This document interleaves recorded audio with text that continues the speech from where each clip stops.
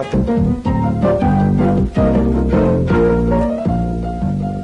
Olá, boa tarde a todos, sejam bem-vindos ao nosso programa. Hoje, após o Mídia Sem Máscara na TV, vamos falar sobre um assunto que com certeza vai interessar a muitos pais que têm em casa aquela criança que não para de fazer perguntas, que é super curiosa com tudo, que é original, sensível, crítica. Fique atento, seu filho pode ser um indivíduo talentoso com alto potencial ou um superdotado, mas ele precisará ser desafiado e estimulado. Nós vamos conversar aqui com Maria Lúcia Sabatella, mestre em Educação pela Universidade Federal do Paraná, com um projeto direcionado em alternativas educacionais para alunos superdotados e talentosos. Mas antes, vocês ficam com Mídia Sem Máscara na TV, hoje com José Munir Nasser.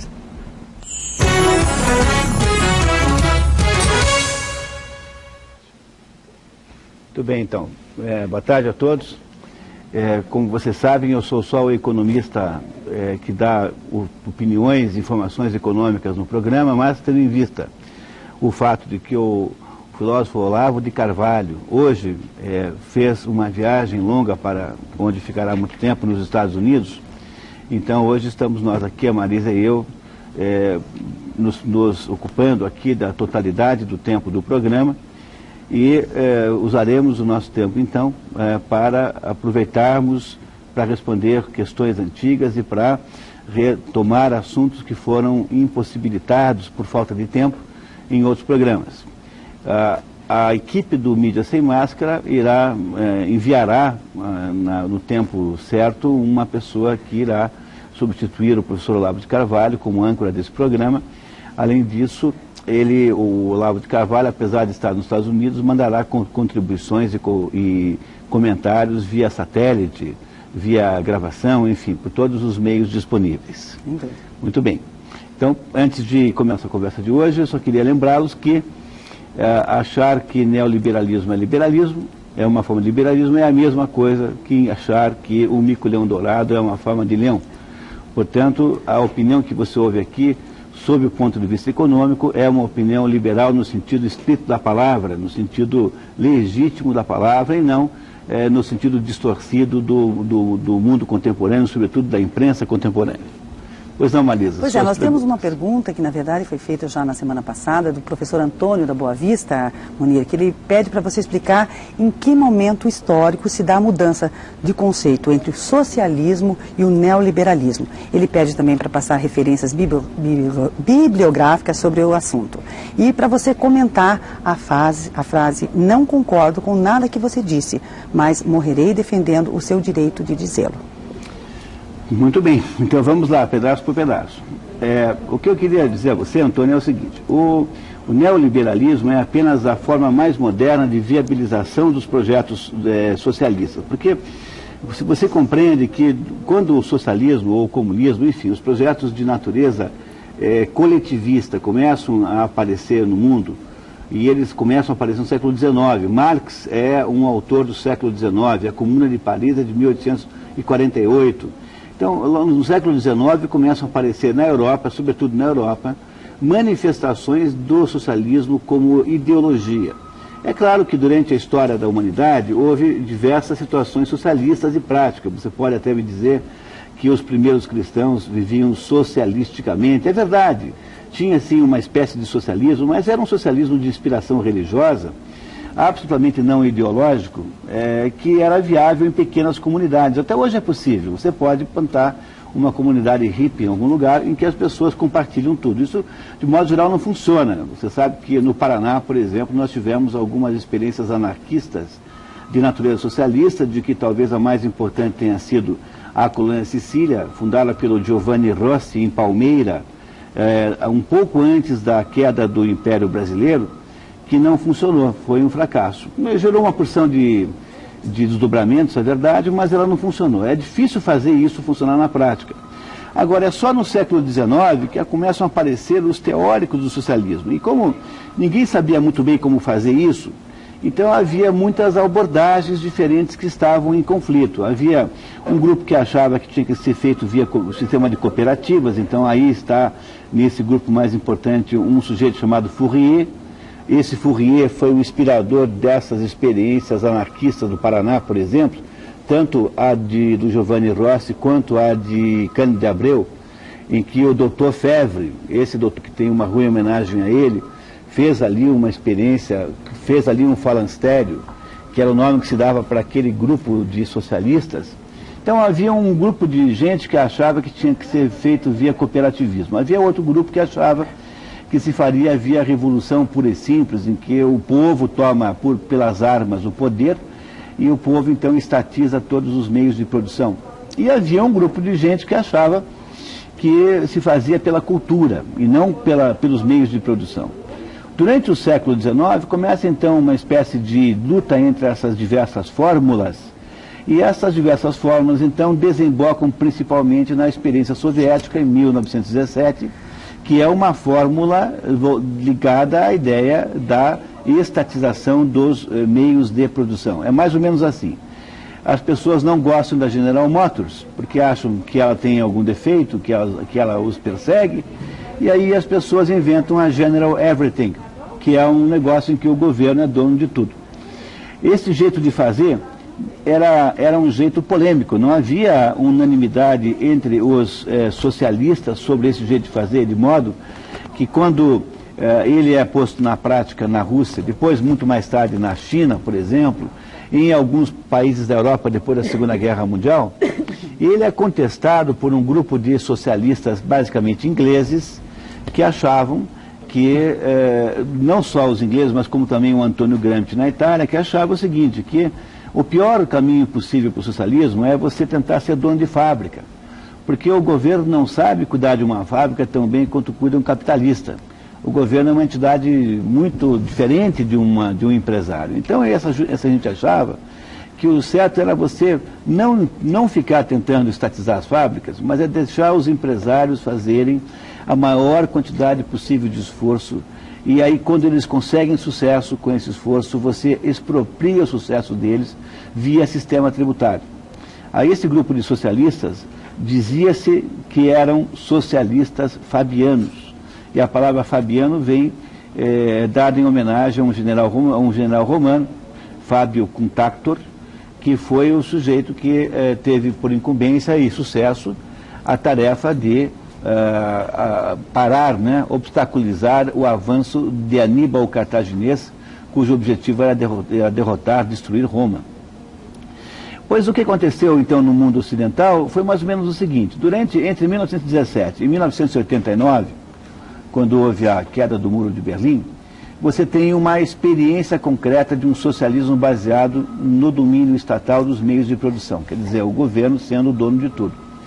Enquanto isso acontece, outros indivíduos, por exemplo, o Gramsci achava que isso era besteira, que você vira socialista quando você domina o pensamento, a mentalidade dominante, ou seja, o Gramsci achava que o melhor jeito de ser socialista era você transformar as universidades, os jornalistas, os jornais, enfim, os grupos formadores de opinião em socialistas.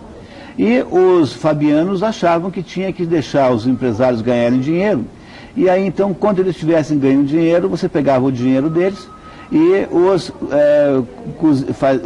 os assava como porquinhos são assados no Natal. Essas pessoas, tanto os fabianos quanto os gramscianos, acabaram vencendo, porque com a derrota da experiência soviética, veja, a experiência soviética foi tão mal sucedida que a Rússia, que hoje é o que restou, tem um PIB do tamanho da Argentina, o que é uma coisa ridícula para um país que ainda é a segunda maior potência militar do mundo. Então a União Soviética fracassou porque os burocratas não sabem fazer sapato, eles não sabem cuidar de telefone, eles não sabem produzir comida bem feita no restaurante, ou seja, a União Soviética não sabe produzir bens de consumo, que afinal de contas é o objetivo final de toda a economia. Por que tem que ter uma economia? Para as pessoas terem uma vida melhor.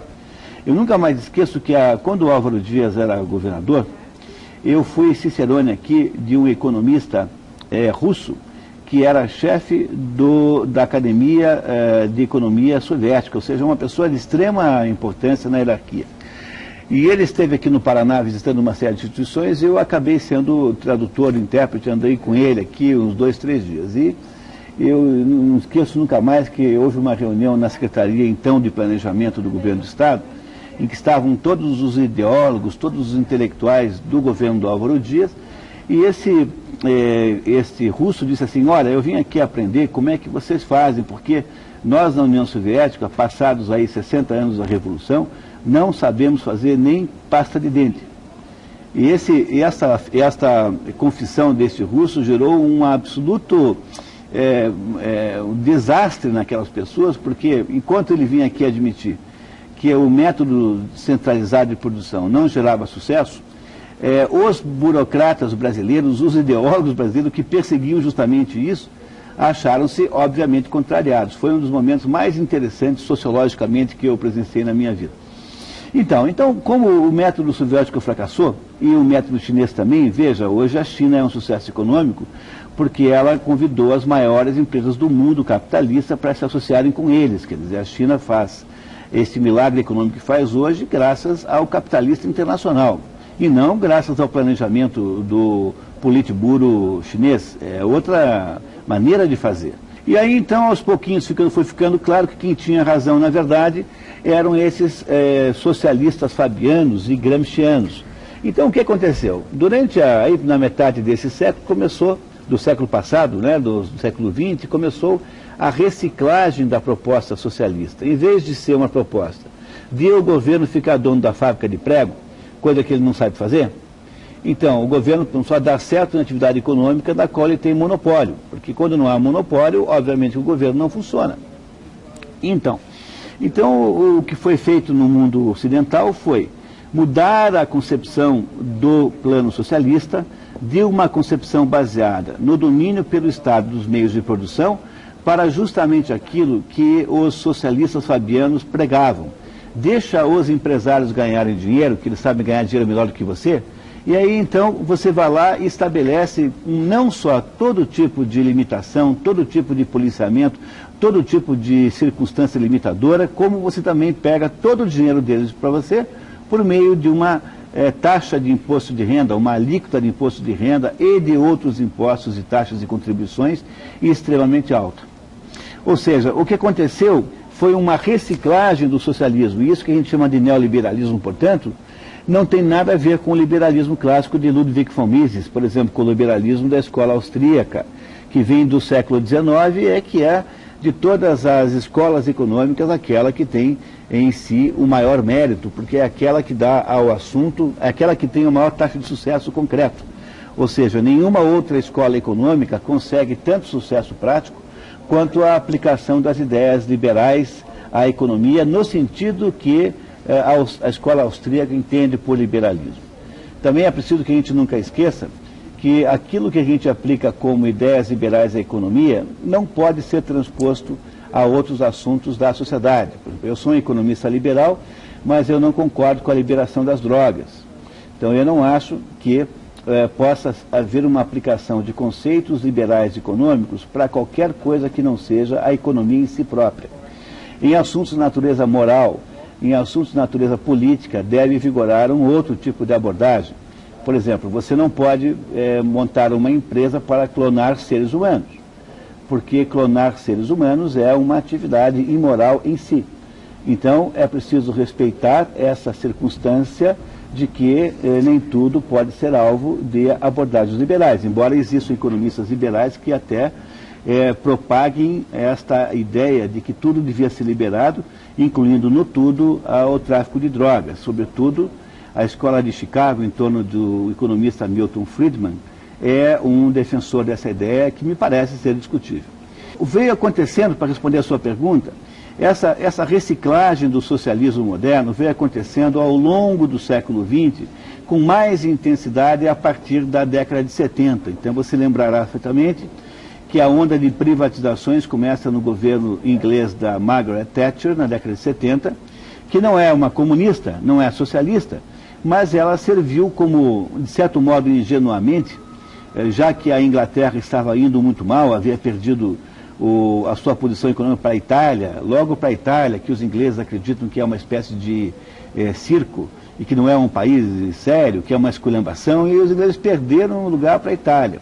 E aí tiveram que fazer alguma coisa, porque a Inglaterra virou uma espécie de república socialista, sindicalista, em que ninguém mais ia trabalhar porque sempre havia um pretexto para exigir alguma coisa do patrão ou para justificar a ausência.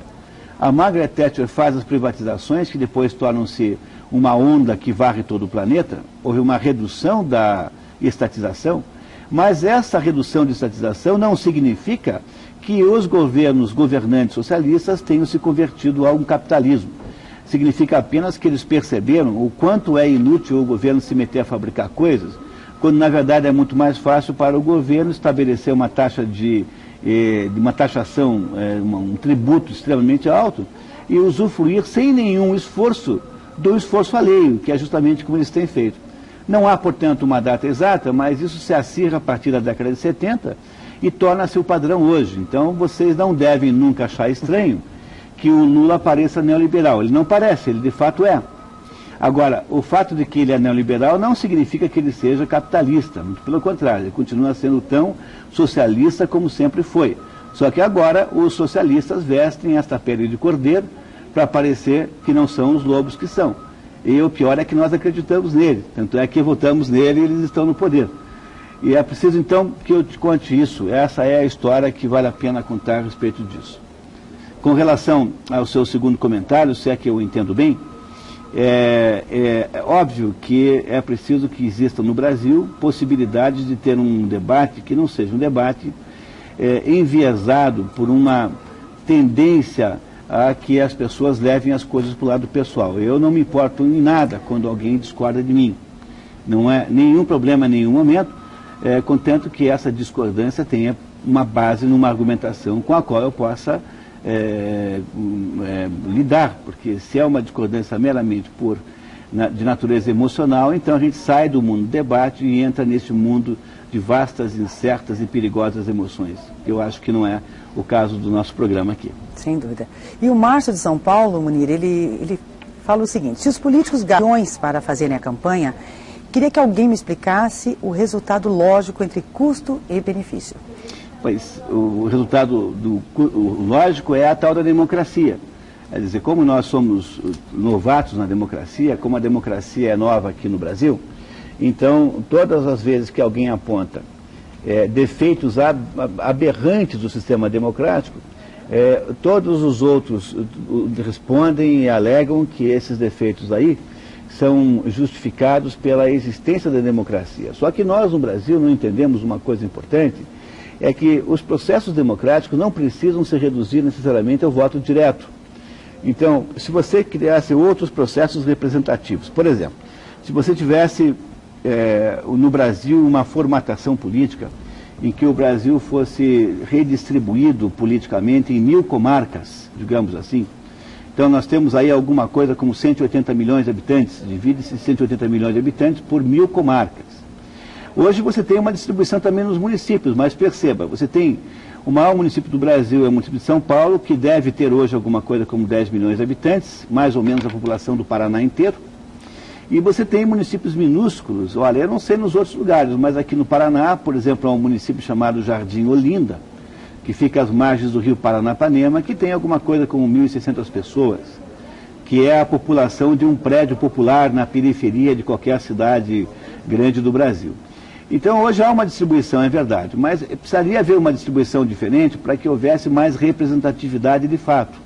Se cada 1000 comarcas dessas elegesse diretamente um representante, que reunidos então com outros 999, elegessem então o presidente da República, você teria ainda uma dose extraordinária de democracia, sem que, no entanto, tivéssemos que pagar o preço da eleição direta, que não só é caríssima, como ela é uma atividade sob suspeita permanente, e pior do que isso, né? A eleição direta num país de baixa cultura, eu estou dizendo com clareza isso, não me importa se você achar que eu estou sendo elitista, de fato as pessoas têm baixa cultura, baixa informação, é uma maneira extraordinária de beneficiar o demagogo, né? O demagogo adora uma sociedade de baixa cultura.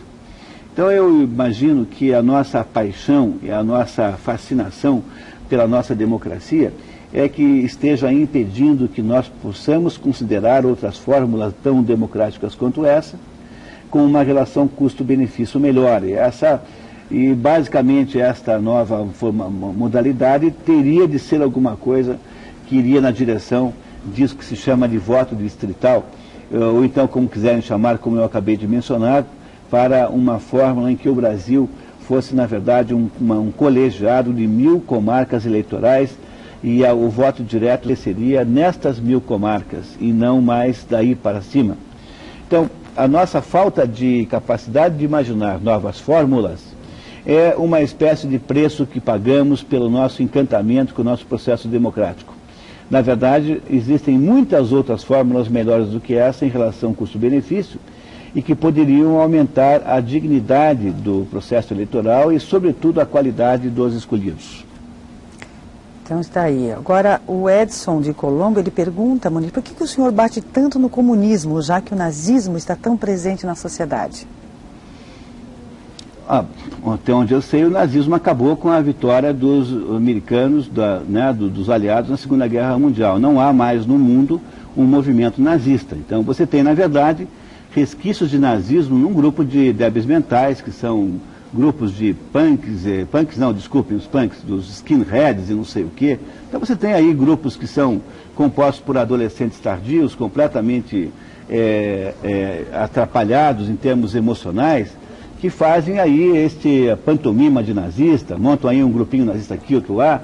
Tudo isso é completamente insignificante. O que pode acontecer, eventualmente, é haver uma agressão aqui ou acolá, mas isso é absolutamente menos do que você imaginar, por exemplo, que enquanto o Brasil fica irritado, passa o dia inteiro indignado com essa sequência de denúncias de corrupção que a Polícia Federal arruma toda semana, ou seja, toda semana o governo federal apresenta e entrega aos brasileiros um circo em que a Polícia Federal faz alguma operação mirabolante com um nome cinematográfico para que a gente tenha a impressão de que a corrupção está diminuindo. Enquanto se faz isso e os brasileiros então ficam felicíssimos com isso, porque o nosso sentido de vingança pessoal fica atendido, enquanto fazemos isso, vamos construindo aí o maior totalitarismo comunista que já se viu, completamente invisível. Para vocês terem uma ideia, estão preparando uma medida provisória que deve ser emitida na semana que vem, que até mesmo para cortar o gramado da sua casa você vai ter que pedir licença para o IBAMA. Você acha que isso é nazismo? Isso é mais puro comunismo que você possa imaginar. Enquanto o nazismo é apenas um exercício de pessoas malucas, ou seja, é um exercício sem importância, exercitado por doidos em geral, malucos, desequilibrados, o comunismo é a realidade que está atrás de você e você não percebe. Ou seja, o comunismo é o padrão hoje de avanço do projeto de Estado. Está em todas as coisas. Ele só não chama assim, porque os comunistas aprenderam que era mau negócio chamar comunismo de comunismo. Então chamam de outra coisa qualquer, neoliberalismo, sociedade mais justa, redução das injustiças, usam qualquer eufemismo para fazer a mesma coisa.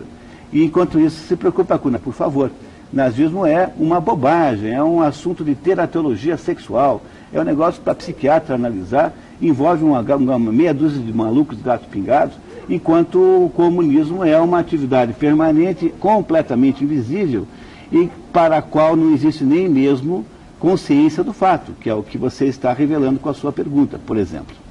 E o Santim de Santa Felicidade, Munir, ele pergunta o seguinte: a dívida interna brasileira de R$1 trilhão atuais, tem quais alternativas para ser paga pelo governo e se eles têm interesse em pagá-lo ou não? Acho que a dívida é externa, né? É a dívida toda. Na verdade, não está em bem 1 trilhão, está um pouco menos, alguma coisa com 900 bilhões, o que não é grande vantagem, né? Admito, né? A nossa dívida interna é muito difícil de resolver e piora cada vez. Se vocês leram os jornais da semana, vocês verão aqui que as manchetes da semana foram dominadas, as manchetes econômicas, pelo fato de que o Copom, Conselho de Política Monetária, aumentou novamente a taxa Selic, que é a taxa que o Banco Central paga para os seus aplicadores, né, para aqueles que compram os seus títulos, em 25%, 0,25%, e agora está em quase 20%, está em 19,75%. Toda vez que você aumenta o Selic, a sua dívida interna aumenta, não na mesma proporção, porque nem toda a dívida está indexada no Selic. Então, uma parte da dívida aumenta porque você aumentou a Selic. Esse aumento de 0,25 implica numa quantidade estúpida de dinheiro, uma quantidade gigantesca, que aí, em seguida, o governo, desavergonhadamente, vai tirar do nosso bolso. Ele vai dizer para você que tem que fazer isso, vai criar uma espécie de perseguição típica de um Doberman contra os contribuintes, contra todo mundo que pode ser extorquido para pagar essa dívida aqui, que foi aumentada por uma decisão tomada por meia dúzia de pessoas, que é a diretoria do Banco Central, que se reuniram 2 dias em Brasília e tomaram uma decisão aparentemente técnica, assim, não, olha aqui, vamos aumentar então 0,25, todo mundo concorda? Vamos, então escreve qualquer coisa na ata aí, para a gente dizer por que é que nós aumentamos. Então, é preciso que você compreenda que a nossa dívida interna ou dívida externa, qualquer das dívidas que nós temos, só aumenta. E a razão pela qual acontece isso é o seguinte: quando houve o Plano Real e o governo, então, não pôde mais contar com a inflação, com o meio de financiamento, vocês compreendem que a inflação é um meio de financiamento. É assim, o governo emite dinheiro, o governo contrai dívidas. Por exemplo, tem que pagar um empreiteiro. Se a inflação é de 20% ao mês, pagando esta dívida que ele contraiu 2 meses depois, ele paga quase metade do que ele combinou.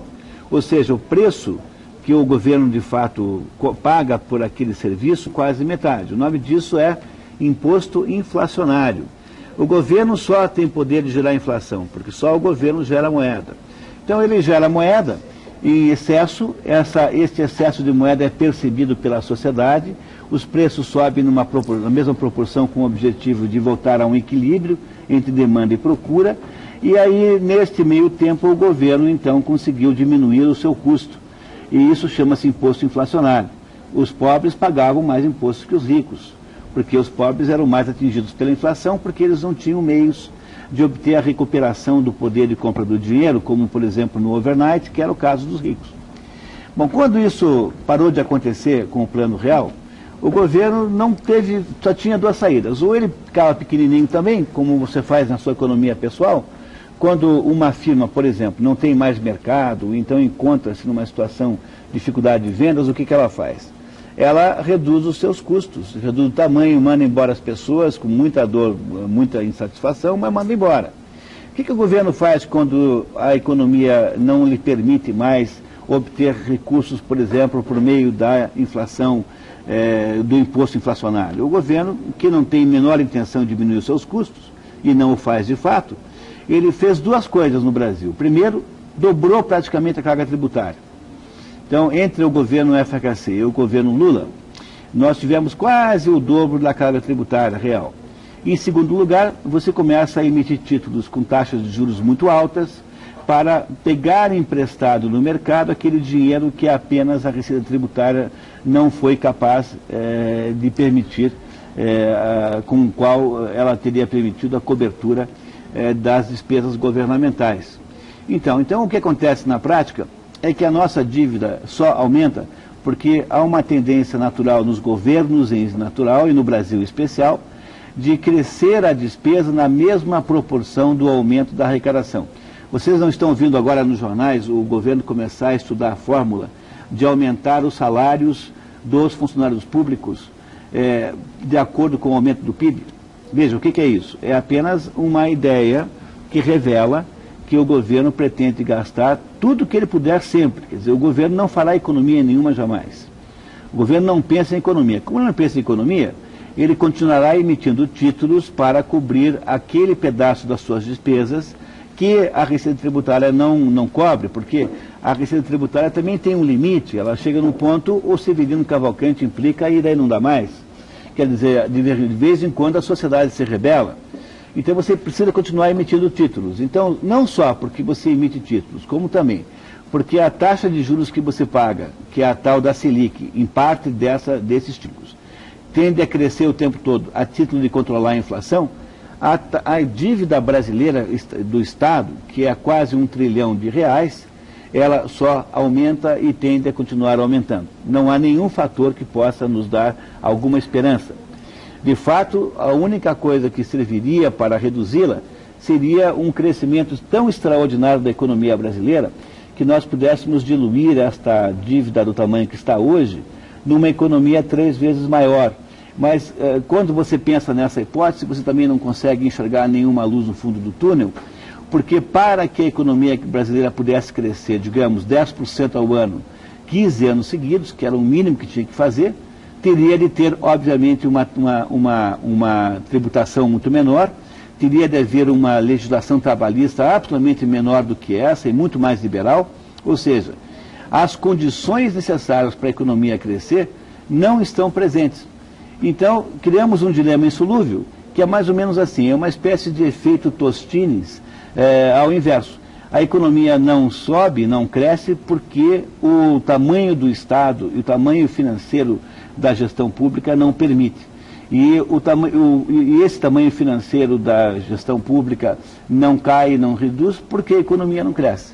Ou seja, é um dilema absolutamente insolúvel, que não parece ter aí nenhuma possibilidade de solução. É por isso que eu tenho dito a vocês aqui no programa que a tendência da economia brasileira é ficar flutuando em ciclos de alta conjuntura, aquele do qual nós estamos saindo agora, estamos reduzindo, e ciclos de baixa conjuntura.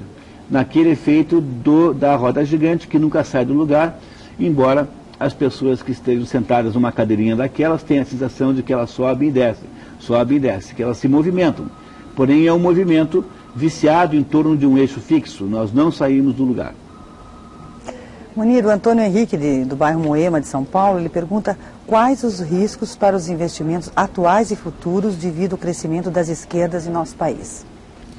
Aparentemente muito pequenos, porque eles na verdade já descobriram que o empresário, né, que a economia é uma espécie de gado, que o partido dominante pode explorar. Quer dizer, eles já sabem a essa altura que é melhor você deixar o Antônio Emílio de Moraes, o Roberto Setúbal, o Décio Grajew felizes, já estão, porque o provável é que eles continuem dando todo o apoio dentro desse contexto que se chama de neoliberalismo, para que os empresários tenham muito sucesso, e o que aconteça como contrapartida disso é um aumento progressivo da carga tributária, cujo próximo capítulo será certamente, se vocês olharem aqui hoje nos jornais também, você tem aqui, por exemplo, no Estadão de hoje, você tem aqui um artigo dizendo que 60%, as aposentadorias sustentam 60%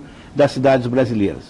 Isso é feito de um modo tão absolutamente insustentável que no ano que vem, ou talvez no primeiro ano do próximo governo, seja quem for o presidente da República, vai ter de haver uma profunda reformulação na Previdência Social no Brasil.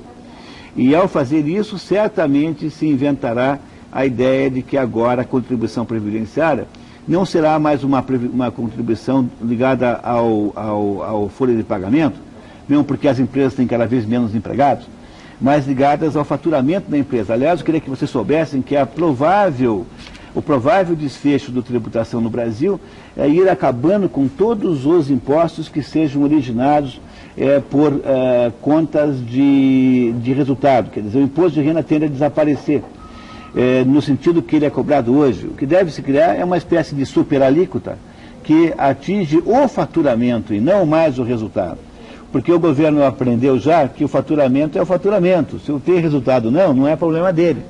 Ou seja, acaba-se não só com toda a possibilidade de manobra fiscal para reduzir o resultado do lucro da organização, como o governo passa a existir fora do contexto de risco das empresas. Quer dizer, o atual projeto da esquerda brasileira que está no poder é deixar as empresas trabalharem dentro de um conjunto de limitações de natureza politicamente correta que o governo cria, limitações de natureza ambiental, limitações de natureza de autorizações e de procedimentos de natureza societária, por exemplo, e a partir então dessas limitações imaginar que as empresas tenham o maior sucesso possível, porque aí então o governo pode expropriar uma quantidade cada vez maior de recursos. Portanto, eu não vejo que exista no âmbito dos investimentos produtivos um risco nesse momento no Brasil. Também, por favor, não seja ingênuo de achar que isso significa que o Brasil virou um país capitalista ou país liberal, no sentido austríaco da palavra. Na verdade, só significa que os empresários são cada vez mais compreendidos como uma espécie de instrumento de ação, instrumento de trabalho. Como eles só pensam em ganhar dinheiro, não há nenhum mal nisso, faz parte da mentalidade do empresário ganhar dinheiro e é absolutamente necessário que alguém ganhe dinheiro. Quer dizer, não é possível conceber uma sociedade sem uma casta que ganhe dinheiro, que seja produtora, organizadora da produção, não há nenhum mal em ganhar dinheiro, mas quando a sua vida só gira em torno, então você, além de ser um sujeito rico, torna-se um sujeito que cria um risco muito grande de não estar compreendendo de fato qual é o seu papel no processo, ou seja, a sua ingenuidade que é uma ingenuidade baseada na cobiça, né? Pode ser um instrumento extraordinário de ação para um governo totalitário. A mesma coisa não se pode dizer dos investimentos financeiros ligados à aplicação em títulos públicos. É muito provável, não sei dizer para você quando, mas é muito provável que, a continuar como as coisas vão, o Brasil tenha de, em algum momento renegociar a dívida pública. Porque a dívida pública hoje está sob controle, porque o mercado financeiro opera a partir de uma mentalidade extremamente, como é que eu diria assim, uma mentalidade extremamente dogmática, que é assim, os analistas de carteiras de grandes bancos investidores ficam procurando uma relação ideal entre a dívida que um país tem e o tamanho do seu PIB. Quando essa dívida passa de um certo patamar proporcional ao PIB, eles param de investir. Agora você vai me dizer por que é 52%. Por que é 52% não é 53%, 51%? Eu não tenho a menor ideia. Quer dizer, é uma espécie se diz em inglês, né, rule of thumb, é uma coisa que se diz, é uma regra de dedão, ou seja, é uma espécie de procedimento prático, e na hora em que o Brasil ultrapassar isso, vai diminuir muito o investimento externo aqui. Se isso acontecer, também pode acontecer por outras fontes. Por exemplo, se os americanos subirem muito a taxa de juros lá, uma parte do dinheiro que está aqui irá para os Estados Unidos. E se o Brasil aumentar muito mais as taxas de juros, o santo vai começar a desconfiar do milagre, né? Quer dizer, o santo vai começar a dizer, pô, peraí, da oferenda, né? Vai dizer, pô, peraí, por que será que esses sujeitos já estão pagando o dobro da taxa de juros maior do mundo? Ou seja, o Brasil paga o dobro da segunda maior taxa de juros do mundo, real, em valor real. Por que será que eles estão aumentando? Será que esse troço não está querendo dizer que o Brasil está perdendo a capacidade de pegar dinheiro emprestado? Então eu acho que eu vou tirar o meu dinheiro. Olha, o mercado financeiro internacional, ele opera como uma ovelhinha amedrontada. Qualquer ameaça de o lobo aparecer atrás de uma moita, eles saem correndo. Então eu diria que, sob o ponto de vista do investimento estrangeiro, ou do investimento nacional em títulos do governo, pode ser que haja aí uma possibilidade de renegociação, ou seja, alguma forma de calote no médio e longo prazo. Não acredito que haja a mesma coisa com relação aos investimentos produtivos. Estes são a essência do projeto do governo. Quer dizer, no projeto neoliberal, quando o socialismo adota, então, esta proposta neoliberal, ele passa a viver da possibilidade de explorar aqueles que trabalham. E é mais ou menos isso que eles fazem.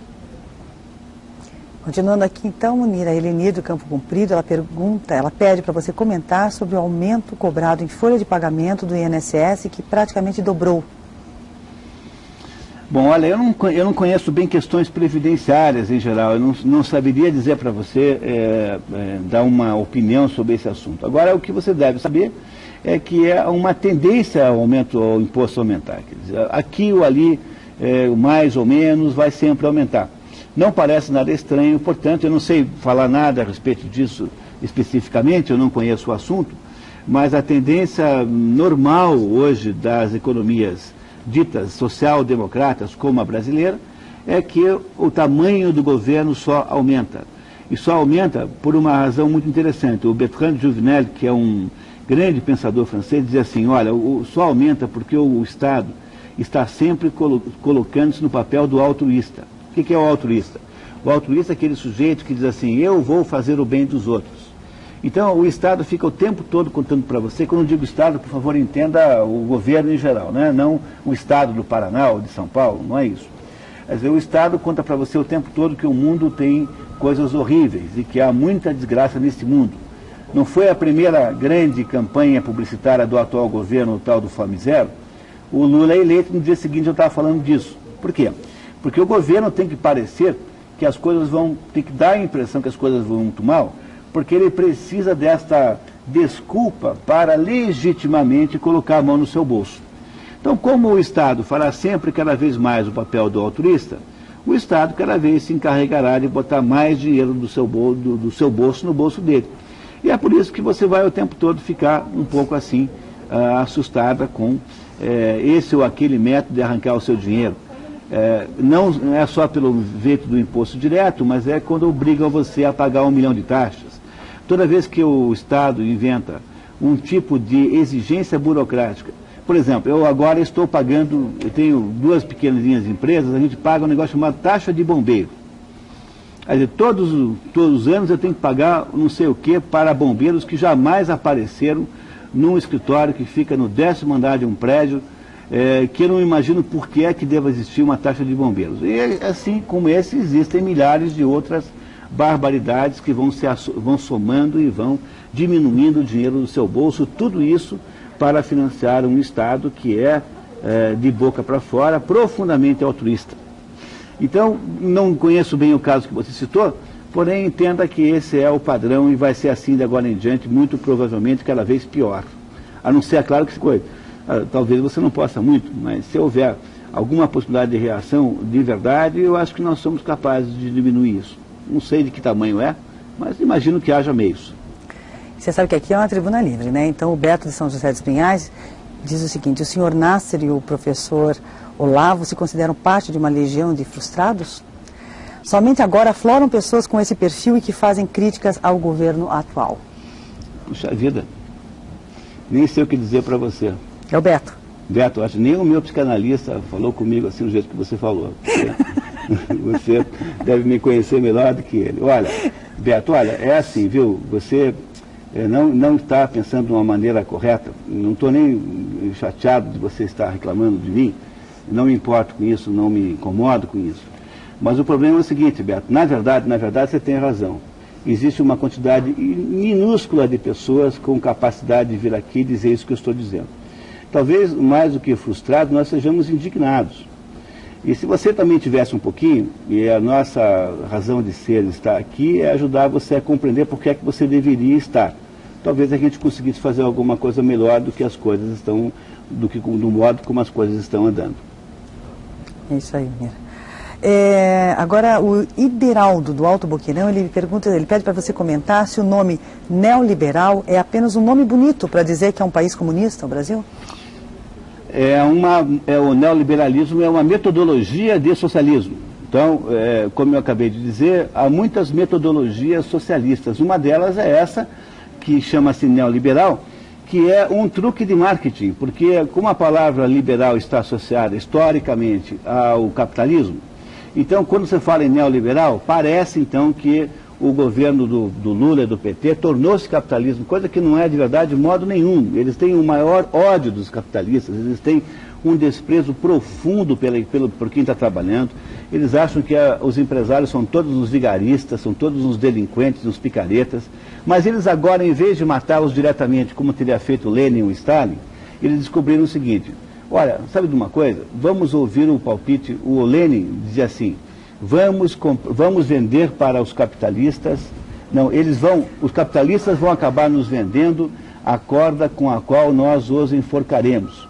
Quer dizer, os comunistas aprenderam com o desastre da experiência soviética que não dá para fazer socialismo a partir do domínio do Estado dos meios de produção.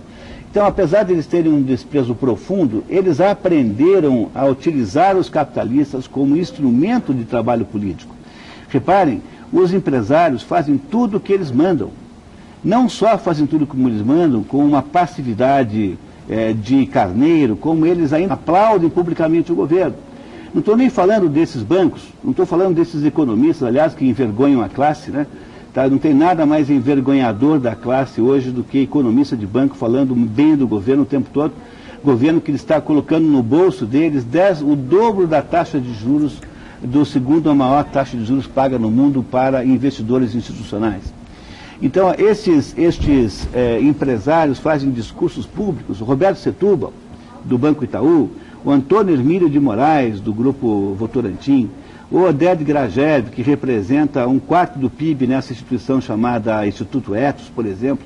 Ou seja, é uma verdadeira vergonha. Quer dizer, não só os empresários pagam uma taxa de juros de impostos extraordinariamente grande, pagam a maior taxa de juros do mundo, são perseguidos pelos ecotiranos, precisam de autorização para tudo e ainda fazem papel de bobo, se metendo nesses negócios tipo empresa politicamente correta, programa de envolvimento social. Quer dizer, é o cúmulo que cheguem até o ponto de se fazer de papel de palhaço, pagando um imposto adicional ainda, sob a forma de fazer as coisas que o Estado, não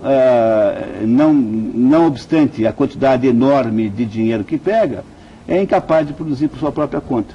Ou seja, o neoliberalismo é apenas uma reformulação, uma espécie de um rejuvenescimento do projeto socialista. Ele tirou do socialista aquela cara de gente que vai fazer a estatização da fábrica e os transformou todos em jovens e interessadíssimos, preocupados com os pobres e miseráveis. E eles, então, no fundo, só estão preocupados com eles mesmos. E para poder fazer isso, eles pegam o seu dinheiro, já que você acredita nisso. É assim que isso que é neoliberalismo. Não tem nada a ver com o liberalismo antigo. É apenas uma maneira marota e pilantra de parecer que você não é mais socialista, mas não passa disso. E o Sérgio do Boqueirão, ele pergunta o que você acha, o que o senhor acha da promessa que o presidente fez junto ao MST. O senhor acha que o Lula irá cumprir esta e todas as outras promessas? Será que o Lula ainda acha que está em campanha política? Eu achava isso, eu não acho mais, não. Eu antigamente achava que o Lula era uma pessoa meio ingênua e que, deslumbrado com o poder, ele continuaria assim, agindo como um candidato romanticamente envolvido com uma causa permanente, que é o que caracteriza fundamentalmente uma campanha política, né? Hoje eu penso que o Lula é menos ingênuo do que parece e é um sujeito que tem uma capacidade de orquestrar escondido uma agenda secreta muito maior do que parece, tá? Agora, o caso do MST, é preciso ter muito cuidado, porque o MST recebeu aquilo que se chama de carta de corso. Caso vocês não lembrem, há uma diferença técnica entre um pirata e um corsário. O pirata é um sujeito um pirata é uma espécie de ONG. O sujeito pega um barco, pega um grupo de malfeitores e sai pelos 7 mares a abordar navios cargueiros, mercantes e roubar-lhes a carga. Bom, tem um determinado tipo de pirata que recebe de um certo governo uma coisa chamada carta de corso. E ao receber a carta de corso, ele torna-se um corsário. O que é um corsário? Se o pirata é uma ONG, o corsário é um pirata estatal, ou seja, um pirata a serviço de um governo. Então, a Inglaterra, um belo dia, não dava conta do Francis Drake, que era um pirata, chamou o Francis Drake e falou assim: olha, você vai virar Sir Francis Drake, vai receber um título de nobreza e agora você recebe essa carta de corso para você ir lá roubar os navios dos franceses. E aí o Sir Francis Drake, em vez de ser pirata, tornou-se corsário. Então, o que é o MST? O MST é uma entidade que recebeu uma carta de corso do governo para piratear quem? Os donos das empresas, das fazendas. Ou seja, os proprietários agrícolas estão sendo atacados legitimamente pelo MST. Veja, há uma absoluta desproporção jurídica aqui. Se você na sua casa estiver implicando lá com uma certa árvore, e se você resolver cortar essa árvore, se alguém souber, se a prefeitura souber, se o IBAMA souber, você vai ser processado como criminoso ambiental. No entanto, o MST invade uma fazenda, corta todos os pinheiros, mata todas as vacas que conseguir, depreda tudo que tiver ali organizado, por exemplo, os utensílios domésticos das casas dos proprietários, e ninguém acha isso estranho. E o governador do estado, como também é o presidente da República, não mandam a polícia, não mandam a carga pesada da polícia para resolver isso. Por quê?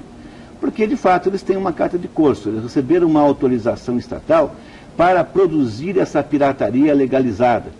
Então, o que dizer, portanto, de uma organização de piratas que é autorizada pelo governo federal. Ora, se o governo federal não gosta dela, é porque talvez ela às vezes tenha uma dificuldade de atuar num estilo que pareça politicamente melhor naquele momento.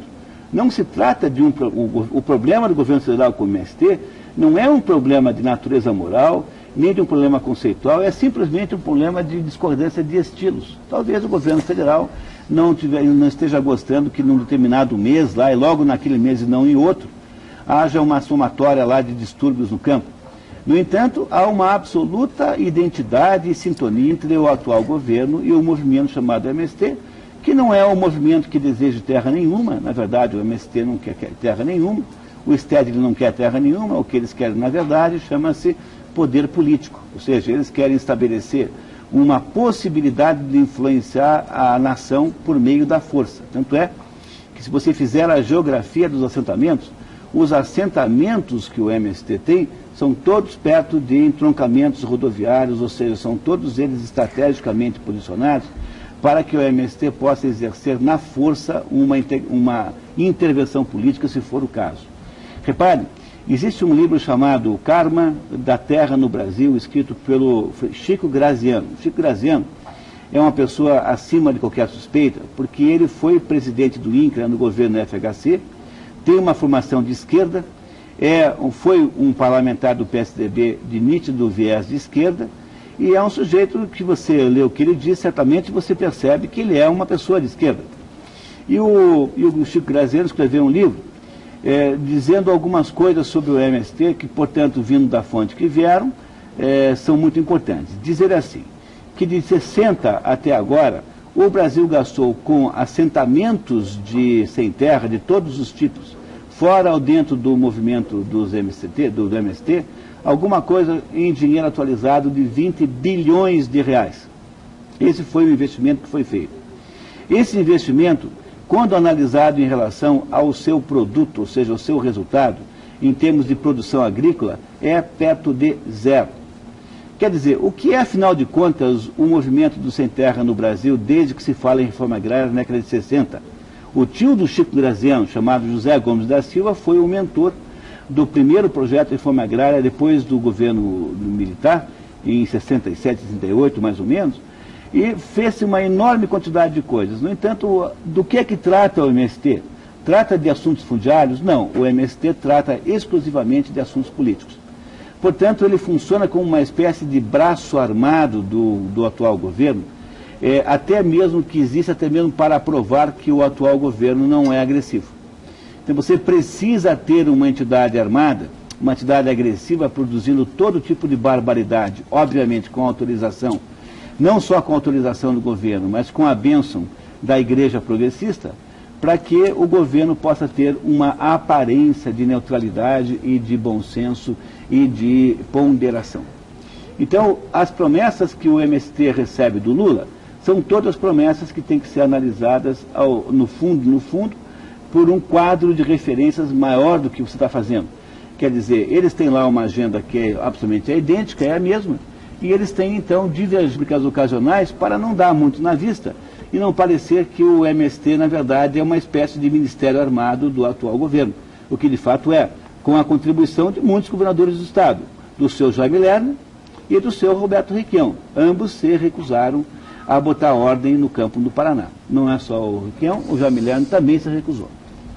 E o Marco Antônio de Almirante Tamandaré, ele diz: a política de se criar mais pobres, ou seja, retirando dinheiro dos que empregam e produzem através dos impostos, para depois criar esse assistencialismo humilhante, não é arriscado a médio prazo para o próprio governo? Mas justamente o contrário, é a única política boa. Para você poder tirar mais dinheiro dos que tem, você tem que aparecer com mais problemas.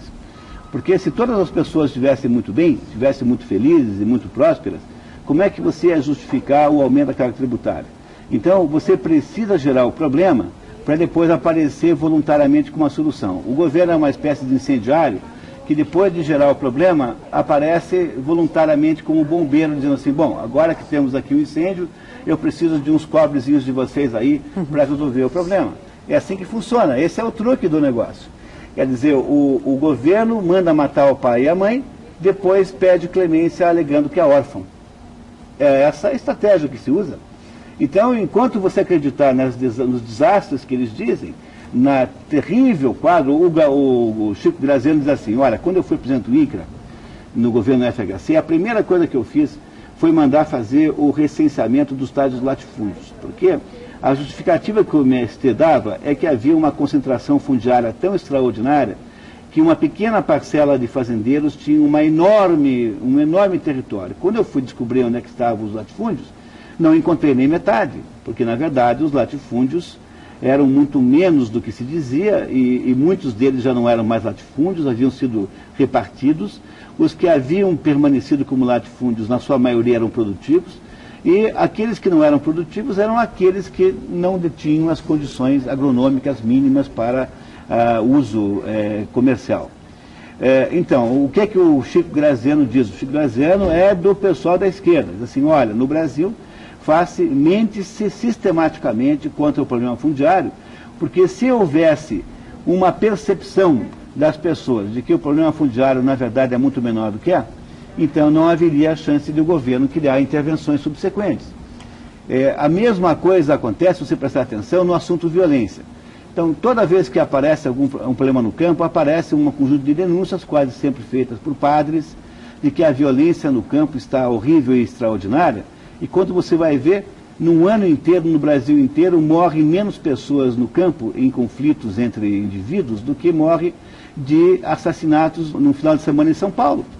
Quer dizer, é preciso você fazer de conta que no campo é uma verdadeira guerra, o que não é. Na verdade, não só não há guerra nenhuma, como a taxa de mortalidade dos conflitos é baixíssima.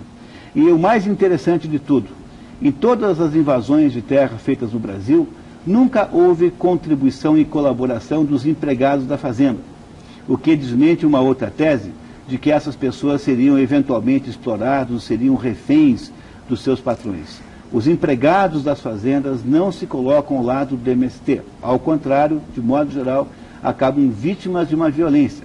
E eu queria muito saber por que é que, quando um sem terra morre, esta morte parece moralmente melhor do que a de um pobre coitado que cuidava da fazenda, que trabalhava lá e que levantava cedo.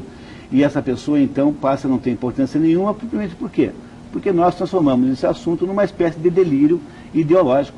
Tá? Então, não tem guerra no campo, não tem latifúndios na proporção que existem, e de modo nenhum o MST tem, embora tenha a carta de Corso, que ninguém mais recebeu, né, embora só ele tenha recebido, de modo nenhum o MST é alguma entidade que possa ter alguma superioridade moral com relação a qualquer coisa que seja.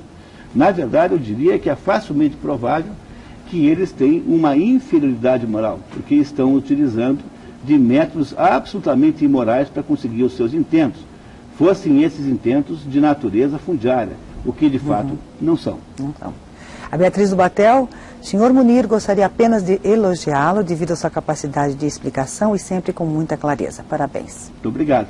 E o Carlos da Santa Cândida pergunta, Munir, por que o novo tipo de socialismo não tem promovido a homogeneidade social, se era essa a ideia principal e original do socialismo?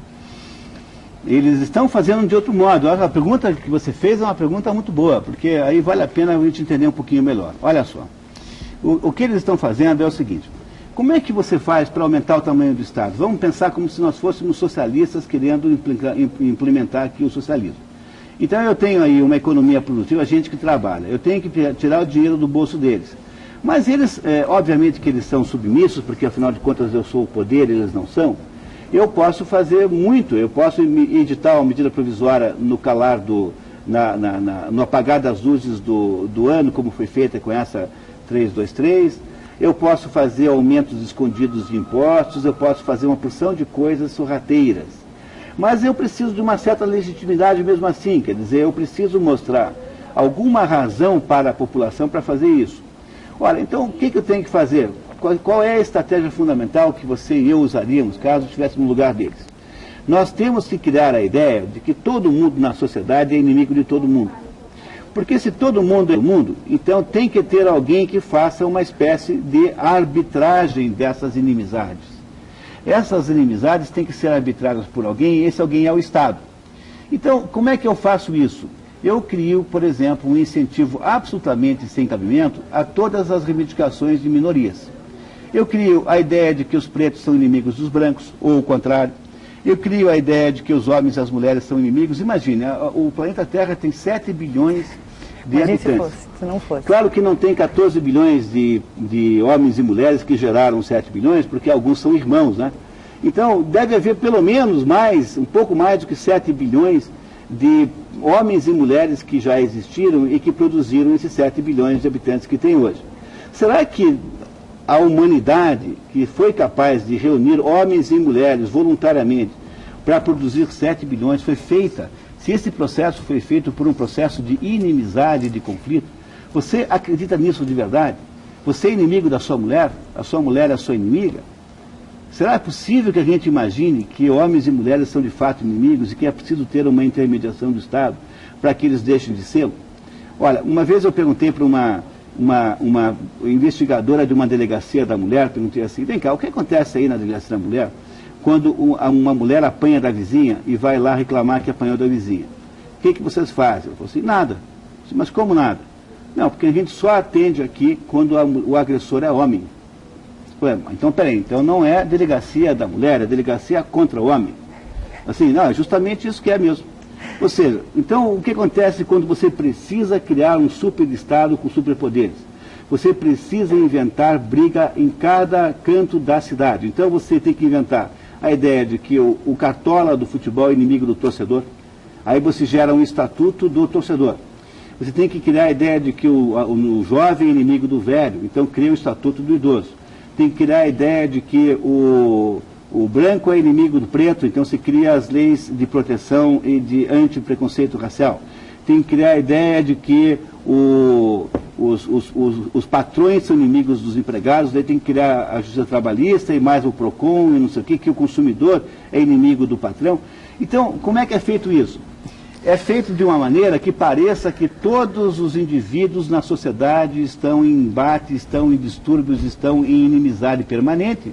E como todo mundo então não para de brigar, quem é que aparece para resolver o problema? É o sacrosanto Estado, que aparece então com seus mecanismos repressores, e que para que possam existir precisam ser financiados pelo dinheiro da gente mesmo, e que diz assim, não, eu que sou Estado, eu sei melhor como faz para lidar com a relação homem com mulher. Então, para você compreender bem o que é que significa esse conjunto extraordinário de legislações ditas de natureza social, são simplesmente uma armadilha que estão pondo no seu trajeto, que é financiada com o seu dinheiro para controlar tudo. Não aceite uma coisa dessas. O Estado não tem que se envolver em assuntos privados. Se tem algum empresário que não atende bem a você, faça a única coisa que você pode fazer, não compre mais. Conte para todo mundo que trata-se de uma empresa vigarista e picareta. Mas não vá correndo pedir licença, ajuda para a polícia, isso é bobagem. Se uma mulher receber uma cantada de um homem, faça como toda mulher fez até hoje. Coloque-se na sua posição de superior, de poder sobre os homens e não dê a mínima. Agora, eu acho inacreditável isso. As mulheres, que uma mulher comum tem um controle absoluto sobre qualquer homem. É claro, pode ter um outro maluco que é incontrolável.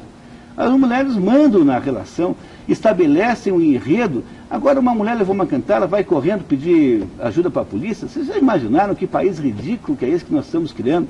Nós estamos infantilizando todo mundo. Como é que você infantiliza todo mundo? Você cria a ideia maluca de que todo mundo é inimigo de todo mundo, e aí traz o Estado plenipotenciário que agora, em vez de produzir produtos físicos, em vez de andar na economia, fica tentando controlar o que nós falamos, o que nós dizemos, a nossa alma, o nosso espírito, o nosso coração. Vocês acham que isso é pouco totalitarismo? É muito melhor pegar os milicos autoritários, porque esses milicos não querem conquistar a sua mente, não querem produzir o teu enredo. Eles não querem que você veja o filme X ou Y, mas eles não querem que você pense de outro jeito. Essa situação que nós vivemos hoje é de um totalitarismo típico daquilo que Orwell escreveu em 1984. É uma espécie de Big Brother que sabe tudo o que você diz, sabe tudo o que você lê, tudo que você escreve. Daqui a pouquinho está o governo olhando a internet com o direito de entrar no mérito das suas mensagens, e essa gente então fica controlando você com o seu próprio dinheiro. Esse é o problema fundamental que nós precisávamos, contra o qual nós tínhamos que nos rebelar um pouco, pelo menos a gente tinha que ficar chateado com isso. Agora, a pior situação de todas é a gente entrar nessa história como ingenuamente, ainda achando muito bonito que tem a lei disso, daquilo, o estatuto daquilo, o estatuto do outro. Imagine se tem cabimento uma coisa dessa. Pense um minuto que você vai perceber que não tem sentido, não tem cabimento. Mas pense, tá? Saia um pouquinho da hipnose coletiva e comece a perguntar assim, será que isso está certo? Faça a mesma coisa que você pode estar fazendo comigo agora, com o conjunto das regras que estão hoje atuando para criar a sociedade do jeito que ela é. E o Luiz do Alto da Glória, Munir, ele primeiro quer parabenizá-lo, pois o senhor é um ótimo comentarista, muito claro. E, por favor, comentar sobre a cartilha lançada no Ministério da Educação. Pois é, o negócio é tão ridículo, né? Assim, que ontem eu fui a um bar e eu pedi um chopp, e aí o garçom perguntou assim, o senhor quer um chopp branco ou o senhor quer um chopp afro-brasileiro? Aí eu fiquei imaginando, aí eu demorei um pouquinho para entender a piada. Quer dizer, veja que coisa ridícula, veja o país ridículo em que nós nos tornamos. Um sujeito cujo apelido é Grafite é chamado de neguinho safado por um argentino. Obviamente um argentino que ele deve ter xingado de uma porção de outras coisas que eu não posso repetir aqui, porque a dona Yolanda não deixa, não é a dona Yolanda? Não lembro mais, mas tem uma que não... Temos uma ouvinte aqui não muito gosta. chateada com o padrão de educação dos comentaristas. Então eu, em sua homenagem, não direi o que é.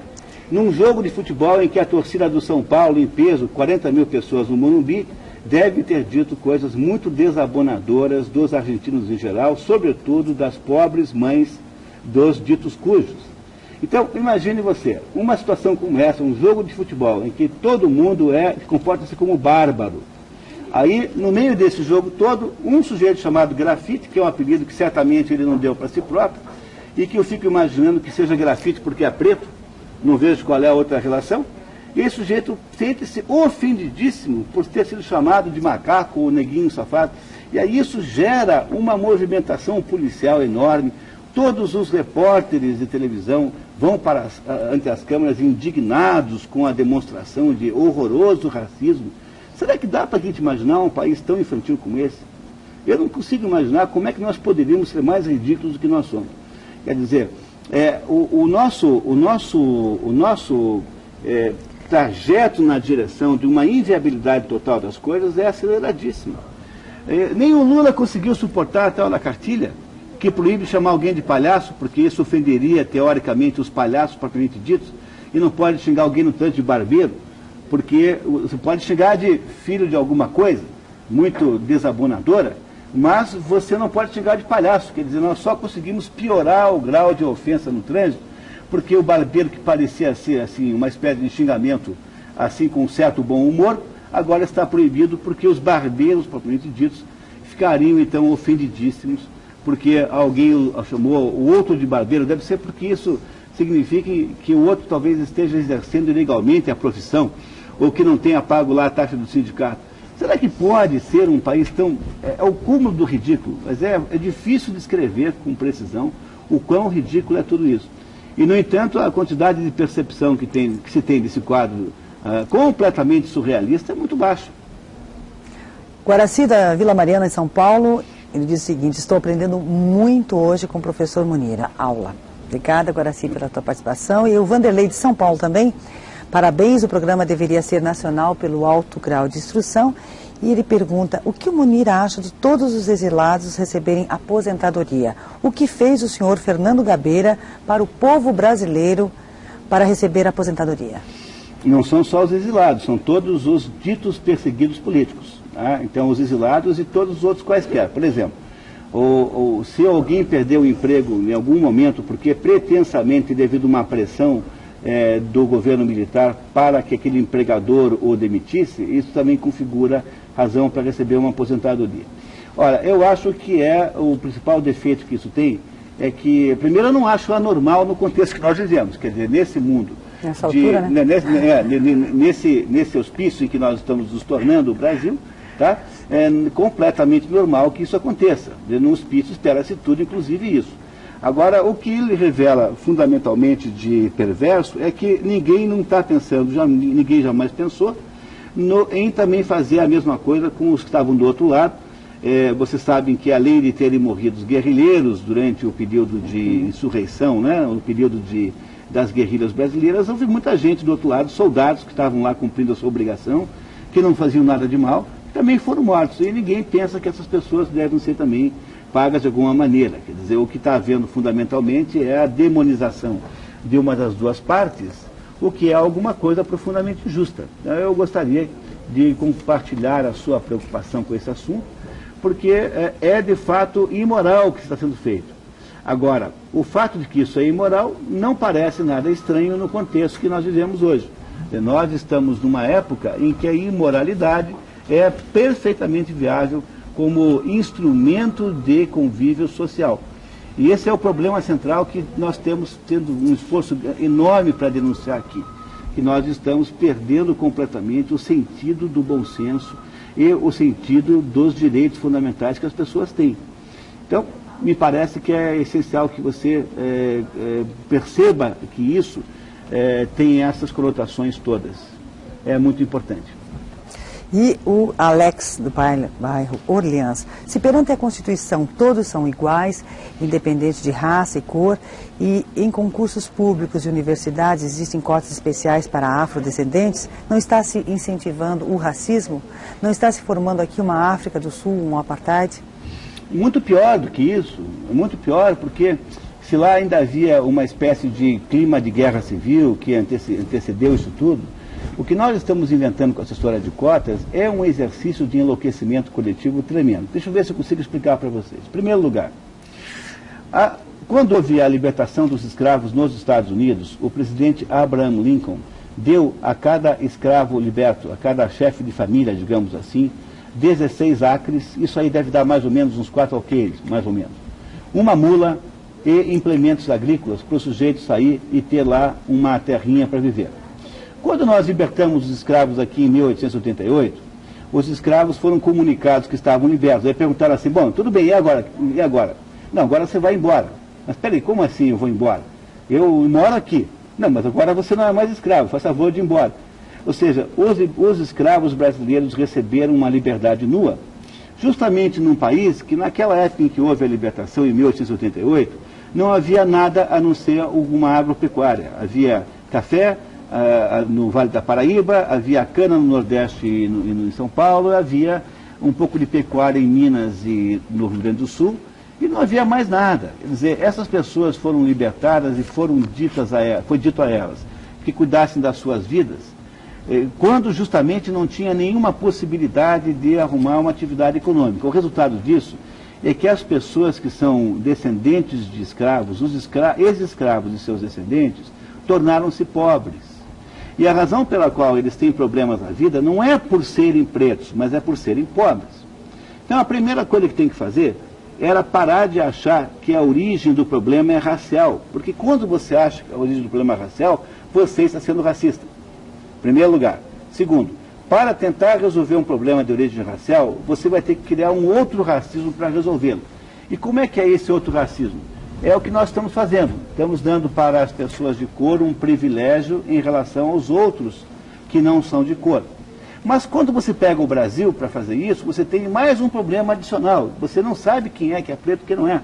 Porque o nosso grau de miscigenação é muito grande. Então você precisa, em última análise, para dirimir as dúvidas, produzir uma investigação genética.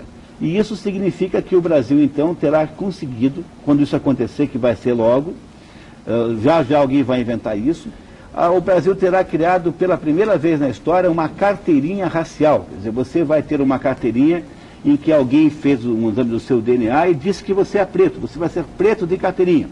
E aí então você vai poder usufruir dos direitos da sua pretitude por meio de um documento público que faz com que você esteja a partir daí marcado para sempre como pertencente a uma categoria social que tem uma prioridade sobre o seu próprio mérito. Como você faz isso, você destrói automaticamente o mérito de todas as pessoas de cor que se esforçam por conta própria e conseguem sucesso.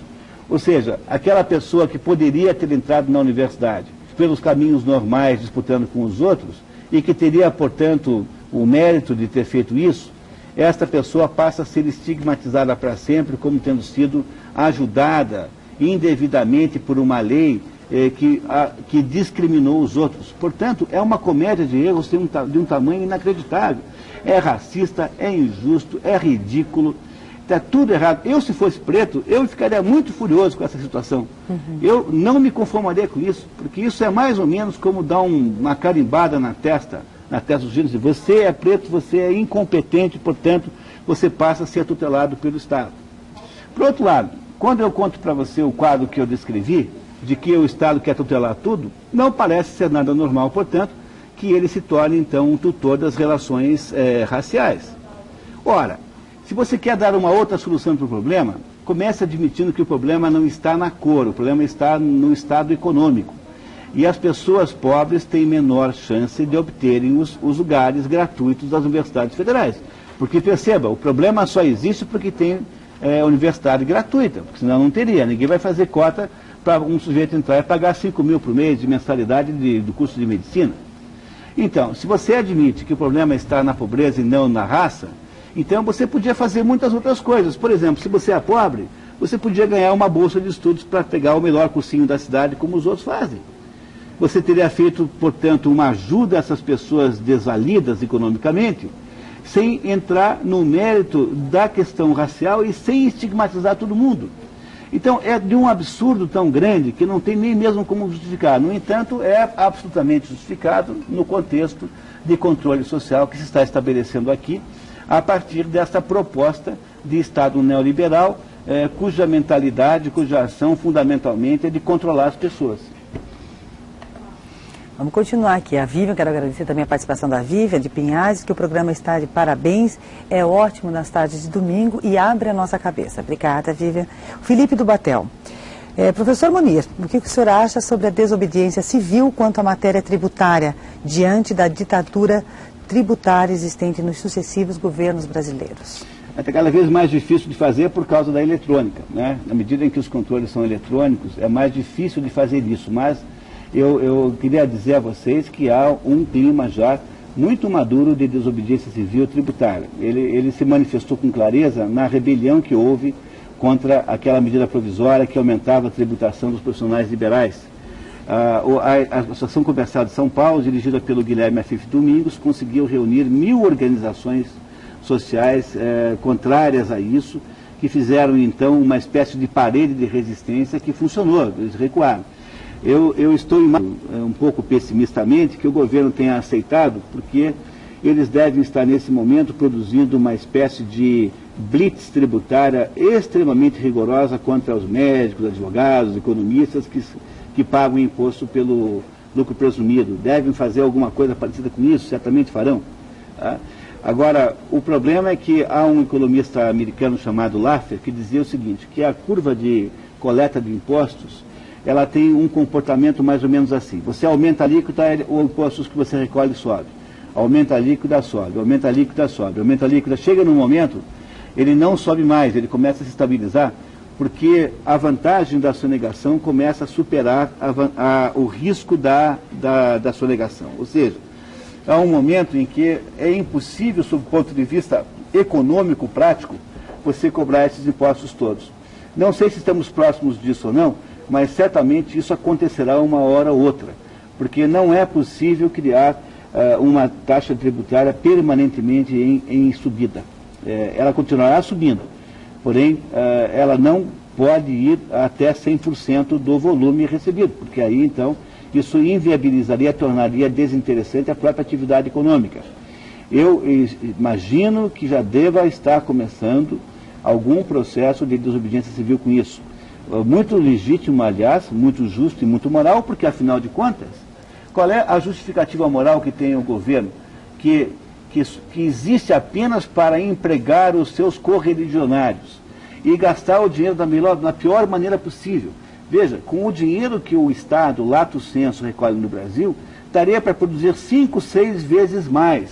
Quer dizer, que justificativa moral tem uma entidade que pega o seu dinheiro, usando para isso justificativas furadas, justificativas ridículas, e que desperdiça esse dinheiro todo, empregando os seus apaniguados e utilizando da pior maneira possível, pagando os maiores preços, com maior taxa de desperdício? Que justificativa tem esse governo para obrigar as pessoas que trabalham a continuarem fazendo isso o resto da vida. Chega num momento em que, eu até sonho que isso aconteça, que pudesse aparecer no Brasil alguma força política cuja mentalidade fundamental fosse uma mentalidade basicamente de liberalismo, liberalismo, que pudesse congregar até acho bom que o governo faça isso, porque é preciso que os brasileiros tomem um porre de tirania tributária para talvez escolher melhor nas próximas vezes. Uhum. Se é que vamos ter opção, é claro que é preciso que isso exista. Já aviso que eu não sou candidato, tá? Caso haja alguma dúvida. E a Carmen do Campo Comprido, sou fã do programa, parabéns. Será que estamos copiando os Estados Unidos em relação a enviarmos nossas demandas para o Estado? Os Estados Unidos não fazem isso, né? Os Estados Unidos, se você quiser entender os Estados Unidos, leia um livro chamado A Democracia na América. É um livro escrito por um francês chamado Alexis de Tocqueville. Você sabe que a independência americana foi feita em 1776 e a Revolução Francesa apenas em 1789, quer dizer, a independência americana é anterior à Revolução Francesa. E o Alexis de Tocqueville foi para os Estados Unidos ver o que estava acontecendo lá, quer dizer, era um país que estava dando certo e tinha um jeito completamente diferente de governar, de existir, né? Um jeito de existir. Aí o Alexis de Tocqueville escreveu esse livro, e nesse livro ele diz assim, olha, que coisa interessante lá nos Estados Unidos, eu descobri o seguinte, claro que naquela época os Estados Unidos eram mais a Nova Inglaterra, né, do que o que é hoje. Assim, olha, lá nos Estados Unidos os americanos se associam por qualquer razão, ou para coisas fúteis como jogar cartas, ou então para discutir os destinos da comunidade. Eles são fundamentalmente associativistas. E o que é engraçadíssimo lá é que todos os americanos acham que o governo está lá para roubar. E como o governo está lá para roubar, então eles deixam o governo para lá e tomam conta da própria vida e fazem as coisas acontecerem. Então veja, se tem alguma coisa que caracteriza os Estados Unidos, justamente é a recusa de estabelecer o governo como mediador de todos os problemas de todas as nações. Os americanos têm uma independência extraordinária perante o governo. O governo lá é muito menos importante do que aqui. Você não percebe isso porque a gente não mora lá, né? Mas lá o governo tem muito menor importância do que tem aqui. Quer dizer, o grau de existência, ou seja, o grau de manifestação concreta, real do governo na vida das pessoas é muito menor do que aqui. Faça o teste, compre um jornal americano como o Wall Street Journal e compre o Estado de São Paulo, a Folha de São Paulo, a Gazeta do Povo e compare a quantidade de notícias que tem nos jornais americanos em relação aos brasileiros que envolvem o governo diretamente. É muito menor lá do que aqui. Aqui o governo é muito mais o assunto, lá eles não fazem isso. Justamente nós devíamos copiar os americanos, sim, deixando de mandar tudo para o governo e cuidando da nossa vida. Mas, Muniz, será que ela não quer dizer assim que lá nos Estados Unidos qualquer coisa ele já entra com processo? Será que não é isso? Se essa a sua, eu acho que é isso, né? As pessoas, ela dá uma topada, então, ela processa o cara que fabricou a mesa. Essa é a parte ruim dos Estados Unidos. Uhum. Quer dizer, a ideia de que o sistema judiciário serve para, como instrumento de enriquecimento ilícito. Quer dizer, isso que tem lá nos Estados Unidos é justamente a parte errada do país. E isso uma hora ou outra vai acabar, porque não é possível. Chegaram a um paroxismo extraordinário disso. Mas percebam que o fenômeno de você usar o sistema judiciário como instrumento de enriquecimento ilícito é o que vai acontecer aqui no Brasil também de agora em diante, na medida que todas as relações estão, de certo modo, conflitualizadas. Na hora em que tudo for conflito, todo mundo vai ter que resolver os problemas entrando na justiça. Mas é justamente isso que o Estado quer, que o governo quer que ele seja o mediador de todas as coisas. Quer ver um exemplo? Quando fizeram o último Código Civil, houve uma mudança no conceito de pátrio poder. O pátrio poder no antigo Código Civil pertencia ao pai. Bom, como isso é uma coisa muito injusta, porque homens e mulheres são iguais, resolveram passar o pátrio poder para o pai e para a mãe. Ora, o que você faz quando você faz isso a pretexto de justiça social? Quando o pai e a mãe têm o mesmo pátrio poder sobre os filhos, o que acontece quando o pai e a mãe se desentendem sobre algum assunto, como, por exemplo, qual é o colégio que o menino vai estudar, onde o menino vai estudar? Ora, quando o pai e a mãe se desentendem sobre qualquer assunto, tendo ambos a mesma quantidade de pátrio poder, você é obrigado a recorrer a um juiz para tomar a decisão. Ou seja, quando você tira da Código Civil o pátrio poder de um dos dois cônjuges, porque também podiam ter passado para a mulher, seria muito melhor dizer que o pátrio poder agora é mátrio poder e a mulher que exerce para compensar os anos que foi o pai, não tem menor importância, teria sido muito melhor. Agora, quando se diz que é dos dois, você está dizendo que é o governo que ficou com o pátrio poder. Foi estatizado o pátrio poder no Brasil e nós não compreendemos isso, porque a gente hipnoticamente fica totalmente feliz e completamente abobalhado com essa conversinha de justiça, igualdade. A gente não percebe que isso é apenas um truque que se usa para nos passar a perna e ficar com o nosso dinheiro, porque é o jeito como os governos montam as estruturas de controle social, já que agora, segundo o neoliberalismo, é preciso deixar os empresários produzirem as coisas e o governo produz apenas, exclusivamente, o controle das nossas almas. E a Rose, do Planalto Paulista, também de São Paulo, ela pergunta o seguinte, Munir: nós corremos o risco a médio prazo, como aconteceu com a Revolução Russa Bolchevista em 1917? Será que já está na hora de fazer as malas e irmos embora do nosso país? Bom, a gente pode perguntar por que o Olavo de Carvalho não está aqui hoje, né? Talvez fosse uma boa maneira de entender isso. Eu acho que o Brasil vai ficando cada vez um país um pouco asfixiante, né? Vai nos retirando o ar. Quer dizer, o Brasil vai ser um país que, crescentemente, a nossa existência vai ter que ser totalmente planejada para que nós possamos escapar de todos os eventuais crimes horríveis que nós faríamos, de chamar as pessoas por nomes que o governo acha que são errados, relacionarmos com as coisas do modo como o governo acha que seja errado. Eu penso que nós viveremos cada vez mais um clima de tirania. Porém, não é uma tirania como um tirano malvado que põe um tanque na rua para prender pessoas, não é a tirania do Getúlio Vargas, com uma polícia secreta sequestrando gente e sumindo com pessoas, não é a tirania do DOI-CODE, não é a tirania da censura que fica impedindo que você publique o que você quiser.